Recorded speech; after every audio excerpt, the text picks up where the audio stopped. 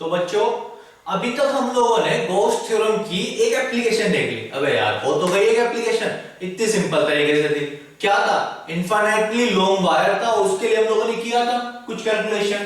Calculation क्या की बच्चों? इलेक्ट्रिक फील्ड फाइंड की थी ना, गॉस थ्योरम यूज करके, सिंपल।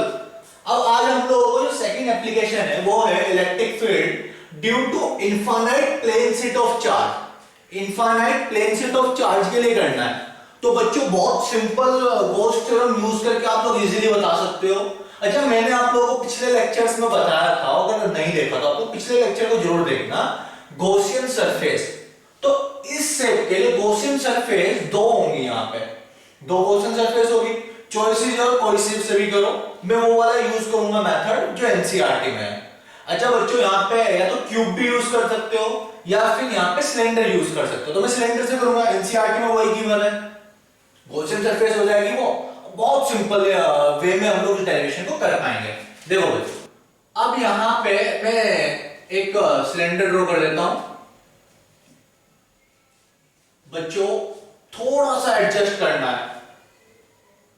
असल में बच्चों थोड़ा सा एडजस्ट करने का मेरा मतलब है कि 3D में हमें इमेजिन करके चलना है। मैं फुल यहाँ पे ट्राई करूंगा कि आप लोगों को प्रॉब्लम ना हो। देखो उसके लिए मैं आप लोगों को इमेजिन कराता हूं। ये क्या है? हमारी प्लेन शीट है, ये हमारी प्लेन शीट है। अब इस प्लेन शीट के लिए मुझे गॉसियन सरफेस देखनी है। गॉसियन सरफेस कौन सी होती है? जिससे इलेक्ट्रिक फील्ड जिसके ईच एंड एवरी पॉइंट पे सेम हो, सिमिलर हो। तो मैंने यहाँ पे क्या किया, इस प्लेन शीट के आर पार ये सिलेंडर मान लिया। मार्कर दिख रहा है बच्चों, ये आर पार मैंने मार्कर मान लिया और ये ऐसे निकल रहा है, इसके इधर भी, इस साइड भी और इस साइड भी। ठीक बच्चों, अब तो समझ में आया होगा यार, ये ऐसे ही तो है। अब मैं इसमें से बाहर तो निकाल के दिखा नहीं सकता, वो 3D बोर्ड थोड़ी ही है ये। तो फिर तो इसको हम लोगों ने इस तरीके से अज्यूम कर लिया बच्चों। ये क्लियर हुआ? ये इस तरीके से है कि मार्कर इसके सेंटर से होके जा रहा है, सिलेंडर शेप में होगा मार्कर, ये प्लेन शीट होगी। बच्चों आया आप लोगों से? तो यहाँ पे हमने क्वेश्चन सरफेस ड्रॉ कर ली।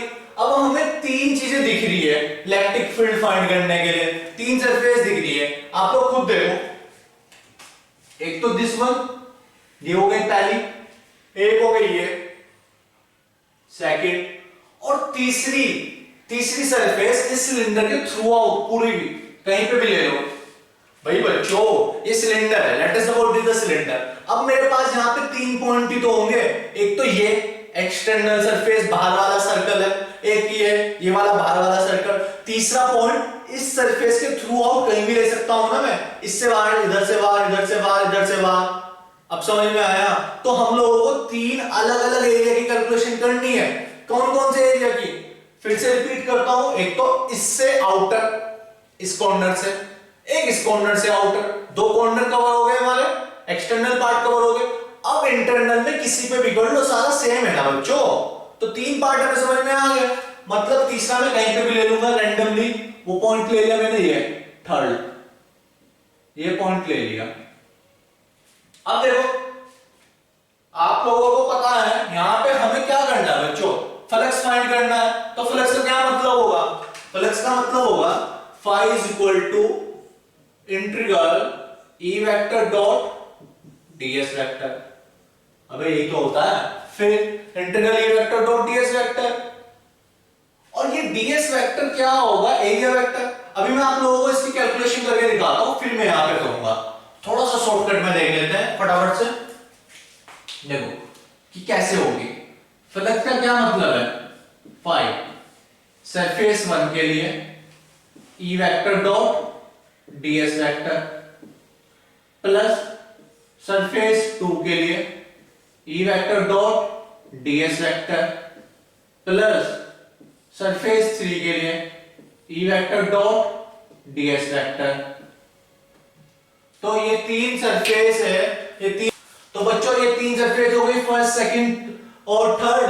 अब आप लोग देखो, मैंने आप लोगों को सिखाया था बच्चों, बार बार मार्कर पे ध्यान देना है। मार्कर के थ्रू आप लोग बहुत इजीली समझ जाओगे। एक्चुअली में सिलेंडर शेप का है मार्कर, तो हमारी हेल्प कर रहा है। आप लोगों ने, अगर मैं फिर से रिपीट कर रहा हूं, अगर यार एरिया वेक्टर वाला टॉपिक नहीं देगा, area is the vector quantity, I repeat area is the vector quantity, वो वाला टॉपिक नहीं देगा, तो प्लीज इस चैनल की प्लेलिस्ट, सॉरी इस चैप्टर की प्लेलिस्ट में जाओ, वहां पे जाके area is a vector quantity वो वाला टॉपिक देखो, आप लोगों को समझ में आ जाएगा एरिया कॉन्सेप्ट। यहाँ पे मैं फटाफट से बता देता हूँ।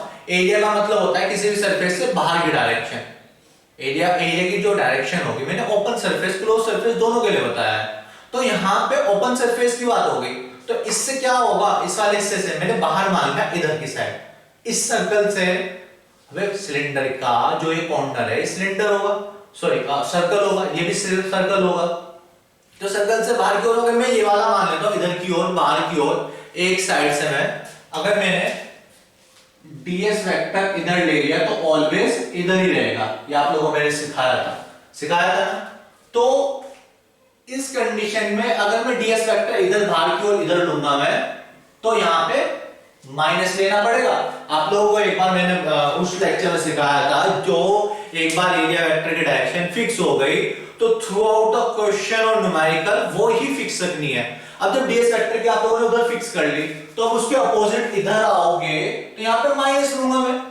ये क्लियर है? ठीक, बहुत बढ़िया। अब इलेक्ट्रिक फील्ड हमें पता है, इलेक्ट्रिक फील्ड कैसी होती है, नॉर्मल सरफेस के।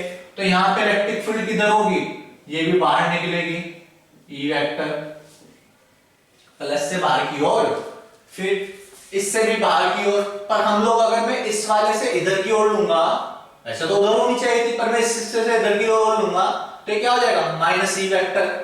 कोई प्रॉब्लम है क्या, माइनस ई तो आ रहे हैं। फिर अब तीसरे वाले के लिए देखते हैं। भाई तीसरे वाले के लिए बच्चों, तीसरे वाला जो हिस्सा है हमारा, इलेक्ट्रिक फील्ड कैसी है, अगेन इधर,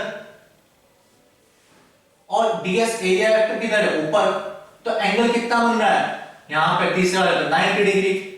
तो यहां पे अब देखो आप लोग कैसे जुड़ेगा, ये ऐड होगा e ds vector eds plus यहां पे सेकंड वाले में क्या होगा बच्चों, माइनस e वेक्टर हटाओगे, सिर्फ हम लोग मैग्नीट्यूड के लिए डील करते हैं, माइनस ds। थर्ड वाले में क्या होगा, एंगल कितना बन रहा है, cos 0 की वैल्यू 1 इंटू 1। थर्ड वाले में जब EDS करोगे तो cos कितना होगा, 90। तो यहां पे बच्चों क्या आ गया, माइनस माइनस प्लस, तो EDS ये तो क्या हो गया, 2 इंटीग्रल EDS प्लस 0। cos 90 का मतलब बच्चों 0, तो ये पूरा का पूरा 0 हो गया। दैट मीन्स ये आ गया E इंटू ds का मतलब टोटल एरिया। टोटल एरिया मैंने A मान लिया, तो 2 टाइम ऑफ एरिया। अब 2 क्लियर हो गया। अगर मैं ds को पूरा इंटीग्रेट करूं और मेरा एरिया A आए, ds को इंटीग्रेट करने के बाद A मान लिया 50 मीटर स्क्वायर, 100 मीटर स्क्वायर, 100 200 कितना गया, तो 2 टाइम कर दो उसको, तो 2 इंटू A। क्लियर बच्चों? तो यहां पे मैं क्या लिखूंगा, यहां पे मैं लिखूंगा E इंटू 2A। ये समझ में आया? डायरेक्ट मैंने E इंटू 2A क्यों लिखा, तो बच्चों E इंटू 2A लिखा, इसको बोलेंगे area of the end faces of the cylinder. E into area of the end faces of the cylinder. ये समझ में आया बच्चों? यहां तक कोई प्रॉब्लम है क्या किसी को? तो ये फ्लक्स निकल गया हमारा, ये फ्लक्स आगे इक्वेशन 1 हो गई मेरी, ये वाली मेरी इक्वेशन 1 हो गई, E इंटू 2 है। अब बच्चों फ्लक्स हमें पता ही है, फ्लक्स हमें दूसरे तरीके से देखते हैं। अच्छा ये समझ में आ गया, स्क्रीनशॉट लिया, इसको मैं रफ कर दूं इस हिस्से को बच्चों। तो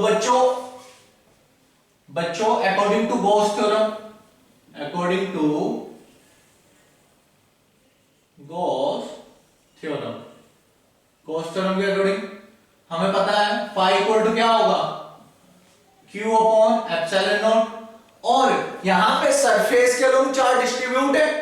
अबे यार इस प्लेन सेट के सरफेस पे चार्ज डिस्ट्रीब्यूट है ना, तो चार्ज डेंसिटी कौन सी होगी, sigma, surface charge density equal to Q upon A।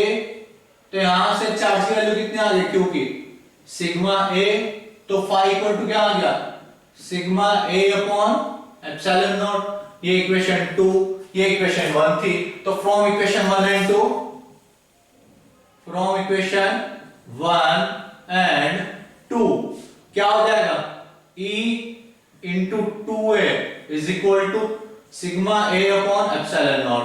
a से a कैंसिल, तो E is equal to sigma upon 2 epsilon naught. ये डेरिवेशन हुआ बच्चों, E is equal to sigma upon 2 epsilon naught. मैं फटाफट से रिकॉल कराता हूं एक बार फिर से बच्चों। इस डेरिवेशन को समझने के लिए हमें मार्कर की हेल्प चाहिए थी। क्यों? क्योंकि प्लेन शीट से होके हमारी जो क्वेश्चन सरफेस थी वो कैसी थी, सिलेंड्रिकल। सिलेंड्रिकल सरफेस में हमें तीन हिस्से दिख रहे हैं। पहला ये वाला एक्सटर्नल सर्कल, दूसरा वो वाला एक्सटर्नल एरिया जो सर्कल है, तीसरा ये पूरा का पूरा। तो हम लोगों ने 3 लिए। अब आप लोगों को मैंने कहा था कि वेक्टर वाली वीडियो देख लेना, वो आप लोगों ने देख रखी है। तो आपको पता है सरफेस के थ्रू जो एरिया वेक्टर होगा वो कैसा होता है, बाहर की ओर। भाई किसी भी, या तो आप कोई सा भी मान सकते हो। तो इस सर्कल के लिए मैंने परपेंडिकुलर इधर की ओर ले लिया। अगर मैं इधर ले रहा हूं, अब मैं दूसरे के लिए उधर ले रहा हूं दूसरी साइड, तो क्या होगा, ये वाली अगर मैंने ये फिक्स कर दी इधर की ओर, तो वो वाला उधर जा लूंगा तो वो माइनस में हो जाएगा। तो सेम ऐसे ही जब यहाँ पे ds था तो इधर ये माइनस ds हो गया, क्योंकि हमारी डायरेक्शन उधर थी। फिर मैंने यहाँ पे अपोजिट लिख लिया। अब प्लस से इलेक्ट्रिक फील्ड उधर की ओर होगी, बाहर की ओर। अब मैं यहाँ पे लिखूंगा तो माइनस ही लिख दिया। तो पहली दूसरी तो हमारी कंफ्यूजन खत्म। तीसरी के लिए देख लो भाई, इलेक्ट्रिक फील्ड कैसे होगी, ऐसे, और एरिया हमेशा बाहर की ओर होता है, परपेंडिकुलर होता है ना सरफेस के। तो एंगल 90 बन गया। 3 हम लोगों ने इससे लिए थे। तीसरे वाला जो हिस्सा था इसमें cos 90 की वैल्यू 0 होती है, तो ये खत्म। ये वाला और ये वाला हमारी कैलकुलेशन की वजह से ऐड हो गया। तो ऐड हुआ तो यहाँ पे 2a हो गया। 2a हुआ तो इसको लिखा मैंने area of the end faces of the cylinder. अब मुझे पता है गॉस थ्योरम से phi की वैल्यू होगी q upon epsilon not, sigma की वैल्यू होती है q अपॉन है, तो q की वैल्यू होगी सिग्मा है। तो phi equal to sigma a upon epsilon naught. Equation 1 और 2 को इक्वल रखा मैंने, उसके बाद आंसर आ गया equal to sigma upon 2 epsilon naught. क्या आ गया आप लोगों को, आया ना, बहुत बढ़िया। अब बच्चों मैं आप लोगों को बताना चाहूंगा, यहाँ पे कंक्लूजन निकलवाता हूं। यहां से क्या कंक्लूजन निकला, बहुत गंदी आदत है रटने की, हमें रटना नहीं है। हमें यहां से कंक्लूजन मिला क्या कंक्लूजन मिला कि इलेक्ट्रिक फील्ड डिस्टेंस से इंडिपेंडेंट है। There is zero r term.